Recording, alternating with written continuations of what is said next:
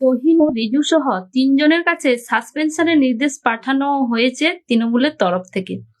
মূলত নির্বাচনে তৃণমূলের হারের পর এরা দল বিরোধী মন্তব্য করায় তাদেরকে এই খেসারত দিতে হলো।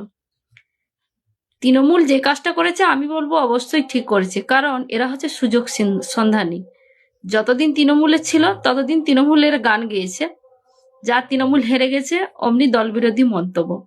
নতুন করে এদের ধান্দা হচ্ছে একটাই, যে কিভাবে বিজেপিতে সুযোগ পাওয়া যায়, এবং বিজেপি দল যদি এদেরকে আবার সুযোগ দেয় তাহলে বিজেপি দলও কিন্তু খুব ভুল করবে, বড় ভুল, শুধু ভুল নয়। কারণ এরা তৃণমূল দলের থেকে বিজেপি দলের মানে যিনি নতুন মুখ্যমন্ত্রী শুভেন্দু অধিকারী সহ বিভিন্ন গণ্যমান্য ব্যক্তিকে যেভাবে রিজু দত্ত গালিগালাজ করেছে সেটা আমরা সবাই সোশ্যাল মিডিয়ায় দেখেছি।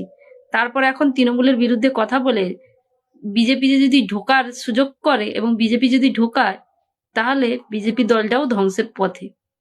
এই জন্য ভালো যে এদেরকে বিজেপিতে না সুযোগ দেওয়া, এটাই হচ্ছে সবচেয়ে বড় কাজ।